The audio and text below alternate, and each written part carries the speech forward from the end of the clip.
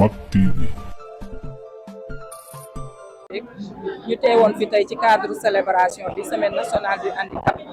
donc ñuy profiter ci occasion bi di remercier le directeur général ak équipe bi mu àndal parce que dañ fi ñëwoon tey di wax ci benn thème bu am solo mooy emploi des personnes handicapées équité et égalité bi ñu ci waxee aussi wax dëgg yàlla am fi ay panélistes yoo xam ne yu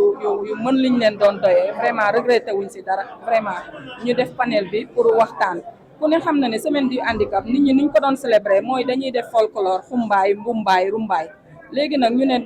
il faut ñu xoolaat suñu bopp parce que semaine bi bu ñu fàtte ne semaine évaluation la dañuy xool fi ñu nekkoon daaw ak fi ñu nekk ren lan moo fi amélioré wu lan moo am loo xamante ne war nañ koo xoolaat bu baax bi ñu xoolee loolu ñu ne ci évaluation bi ñun kat dañuy toog waxtaan ak direction générale ak partenaires sociaux ak les personnes handicapées ñu xool naka la ñuy mën a jooyantalee suñu taxawaay ci biir kër gi lan la ñuy yoon may ak lan la ñuy yoon may ñun bu fekkente ne suñu taxawaay dafa xaw a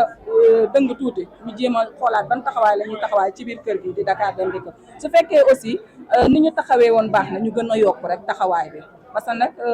comme biñ fi ñëwee 2017 ak léegi vraiment directeur yu bëri jaar nañ fi mais moom gàcce ngaalaama Assane Mbengue du bëtam yi ñoo tax may wax parce que tey dafa jël problématique bu personne handicapée mettre ko devant lépp loo xamante ne ay privilège la woon bi fi yeneen directeurs yi jaale moom bi mu ñëwee daf ko gën a renforcer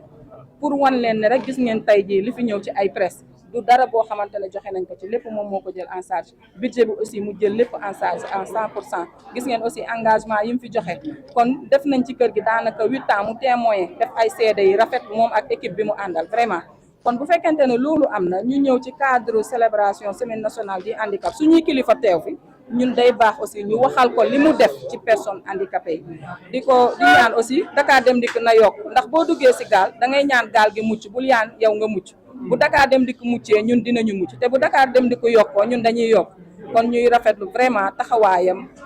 yërmande bi mu am ci ñun cofeel bi mu am ci ñun yëg-yëg bi mu am ci ñun ñu koy ñaanal lu mu mën ren bu déwénee na mën lu ko raw te li ñu fi jot a tënk tey ci forum bi dinañ ko def ci document jébbal ko mu officiel mu am benn tableau de bord boo xam ne moom lañ ci ànd moom lay àndee ak amical bi chaque année ñu xam li ñuy def lan la kon donc ñuy jaajëfal ñëpp di remercier ñëpp.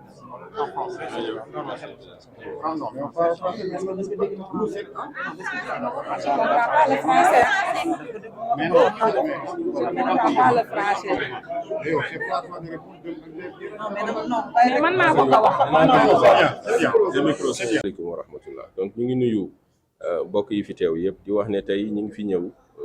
muy direction générale bi yëpp ànd ak suñu président suñu PCA monsieur Mamadou Goudiaby ñëw ànd ak président Koumba Ndiaye mi nga xam ne moom moo jiite kuréel gi nga xam ne moo dajale ñi nga xam ne di ay waylaago lañ yuy liggéeyee Dakar Dem Dikk ñu nekkoon ci ay bés boo xamante ne nii dañ ko jagleel ñi nga xamante ne nii ñoom la ñuy wax personnes yoo xam ne dañu am laago surtout nag ñu nekk ci milieu professionnel donc ñoom tey ñu daje woon fi sumb ay waxtaan yu am solo ak ay panélistes yoo xamante ne nii waxtaane nañ ay thèmes yu bari te thèmes yooyu li ci ëpp solo mooy nan la ñuy def ba seen wàllum liggéey amélioré wu nan la ñuy def ba insertion bi nga xam ne moom lañ war a am ci kër yi nga xam ne fa lañ nekk di yëngatu insertion boobu mën a am mën a yomb donc vraiment ñu am ci ay jàngat yu bari ci panel yooyu te fas yéene koo jëfe pour que vraiment seen ay conditions yi nga xam ne moom lañ nekk ci kër gi di liggéey muy Dakar Dem Dikk conditions yooyu noonu gën a jëm kanam incha allah. pour 2026 lan ngeen fas yéene. waaw 2026 toujours si loo xamante ne continuité la rek maanaam je pense que ne daaw amoon na ay engagement yu ñu jëloon ñu jëmoon ci wàllu améliorer suñu ay infrastructure terminal mooy gare yi nga xam ne moo nekk Dakar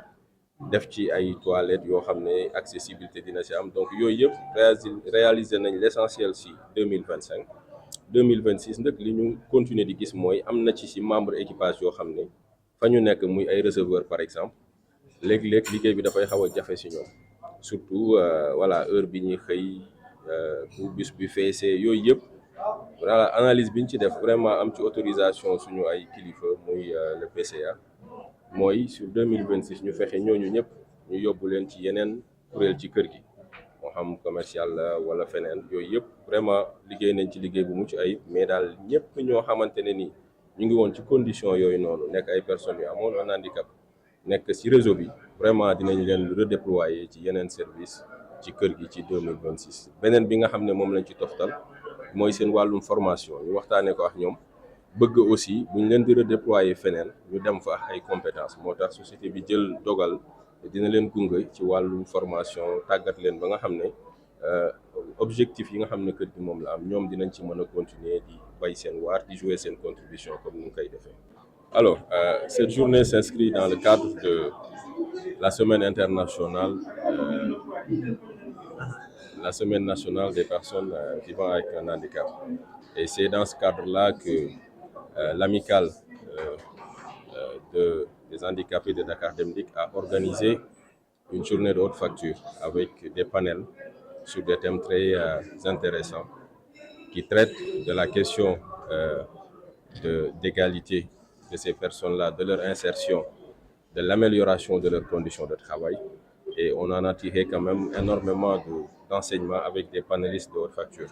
Donc c'est dans ce cadre-là que nous sommes là, dans une société nationale. Il y a en son effectif des personnes quand même très braves qui, depuis des années, contribuent à la productivité de la société nationale. Quelles sont les perspectives pour 2026? Alors, comme je l'ai annoncé tout à l'heure, depuis que nous sommes à la tête de cette boîte, nous avons eu quand même à faire certaines observations.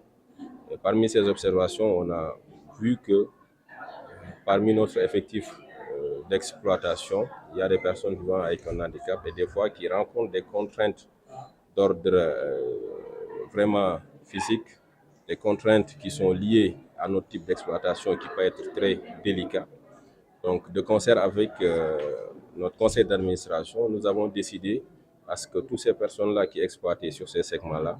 vont être redéployées au courant de 2026 sur quand même d'autres directions où ils seront beaucoup plus à l'aise pour continuer à apporter leur productivité au sein de la boîte. Donc ça c'est une des décisions prises. On s'est aussi engagé à le renforcer en termes de développement personnel, en termes de formation, pour que leur insertion au niveau d'autres directions puisse être facilitée par l'acquisition de nouvelles expertises. Donc ça, c'est vraiment la décision phare que la direction vient de prendre pour continuer à accompagner vraiment ses membres à part entière de la société nationale.